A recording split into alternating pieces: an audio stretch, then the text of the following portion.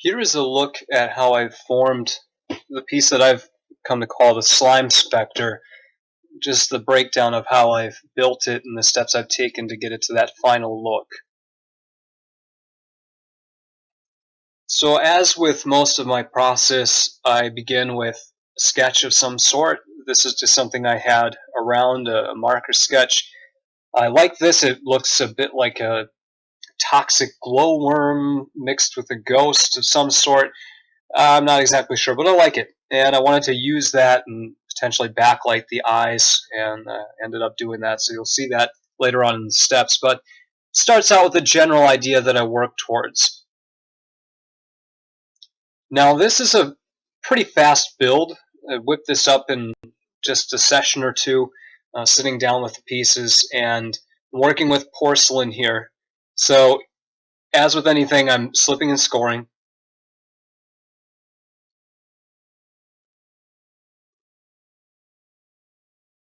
Attaching those pieces together, making sure I have a really good fit. Don't want the porcelain to act up later on in the process.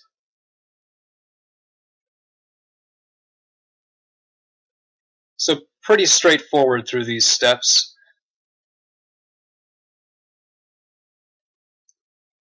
Using several different things here. Went from slabs now to coiling on top of that. Gives me a little bit of a different grab on the surface of those two slabs pressed together. Then I just started roughing out very loosely the other parts that I would use to build up the bottom, because I started with the midsection of the body essentially. A bit blurry there, but you can see I've looked at how that slab and those rings and then that folded slab would fit together to form the lower part of the body where the tail is. And then attach all of those together, everything except for that tail piece, which you see sitting off to the side. But I'm beginning to smooth some things out, compressing the surface of the porcelain, using those ribs that you see pictured there.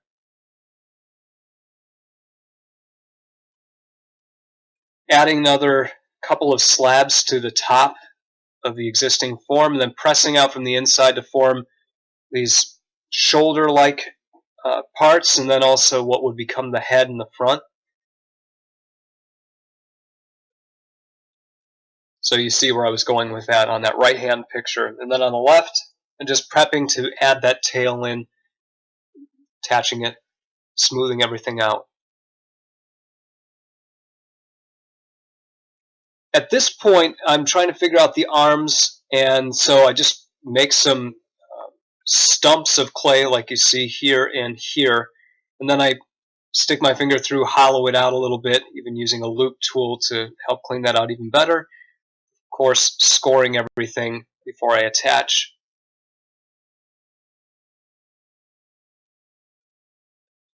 So I get those arms to roughly the length that I like, and then I start taking other pieces of clay to form the hands and the forearms. So there it is with those hands attached. So this is where I deviated a bit from that sketch. Looked a little less capable than it does at this existing stage. It has this strong look to that upper body, kind of a hulking position to it. Can grasp things with those fingers.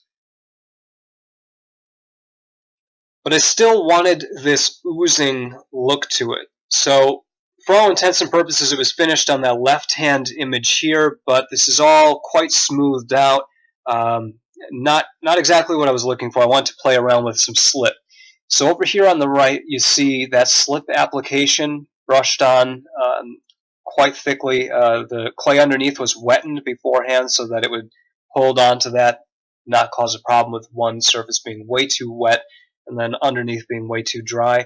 So try to find a middle ground and get those together, allowing this to dry very slowly. More slip.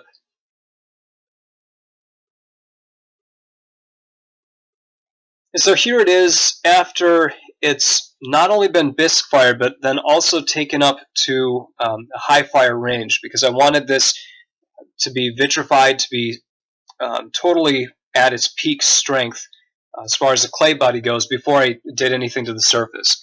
Not interested in glazing this. This is going to be a cold surface application, as it's called, meaning I'm not introducing it back into the kiln again. So I took it all the way up to its maturing temperature so that it had that strength that I'm looking for in that clay body. And then on the right-hand image, you see I got some Valspar Color Radiance, flat green paint, almost like a lime yellow-green paint, and I've sprayed that entire piece. Now, all along I've planned to incorporate resin over the top of this to give it a depth that even glaze wouldn't be able to give this. So the green that I've spray painted down already was just to get the color set, but now I'm going in with resin over the top, and that's what you see dripping around the body here. It's on the hands and the arms already, but noticeably the face of this Spectre is absent of the resin. And that's what you see there. So the eyes are left open, and the reason why is because I want to make sure that I don't have resin flowing into those eye openings. So here's what I do. I'm going to take a kneaded eraser and back that eye. I'm going to create a false dome, a slightly convex dome, and stick it from the inside, pressing outwards just to give it a little bit of a bubble. And that's going to be the resist so that the resin does not stick there, and I will remove that piece after the resin has set. So I take a kneaded eraser and I also cut up a Ziploc bag, one of decent thickness. I don't want it to be as thin as, say, saran wrap. I want this to stand up against the resin. So there, I'm attaching it to that kneaded eraser piece and then pressing it from the inside out. And so here we are. Both of those eyes are pressed in place, and then the resin will be able to drip over the top of that setup, and then I can reach in and pull those pieces out. So here's the addition of more resin over the top. You can still see those eyes more or less there. You have that dark spot, which will also be lit up later on. But the resin doesn't go into that. It just flows seamlessly over the front of it, creating a window of sorts. The material that I'm using here is from the brand Smooth On. They make a lot of great products. This is Smooth Cast 325 with their green tint. So you mix that up. If you're interested in working with that stuff, I'd suggest checking out Smooth On's website. But that's what I've used over the surface of this piece. You see the green that it gives to the body, different than what was spray painted underneath, and I like that depth to it.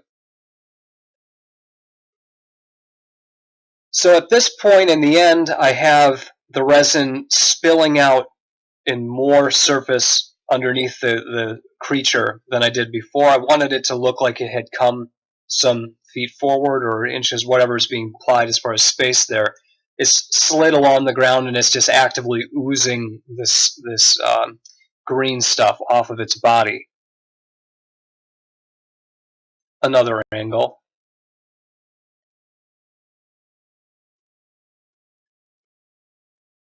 So you have this nice translucent, transparent look to the resin where it's dripping off of the body. You can still see some of the texture underneath that resin, what was formed in porcelain.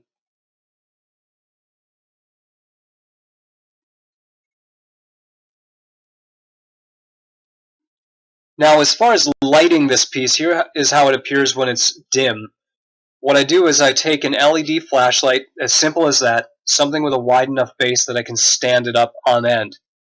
I'll place that down, and there's a hollow opening underneath this sculpture, so I'll set it on top, and then that light illuminates the entire cavity of that body, beaming those light out of the eyes.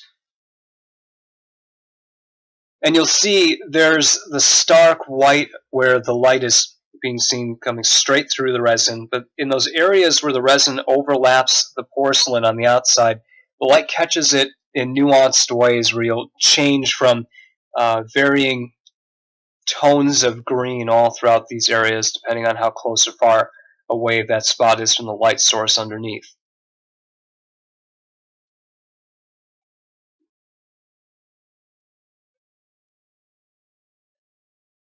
So there's the eyes close up.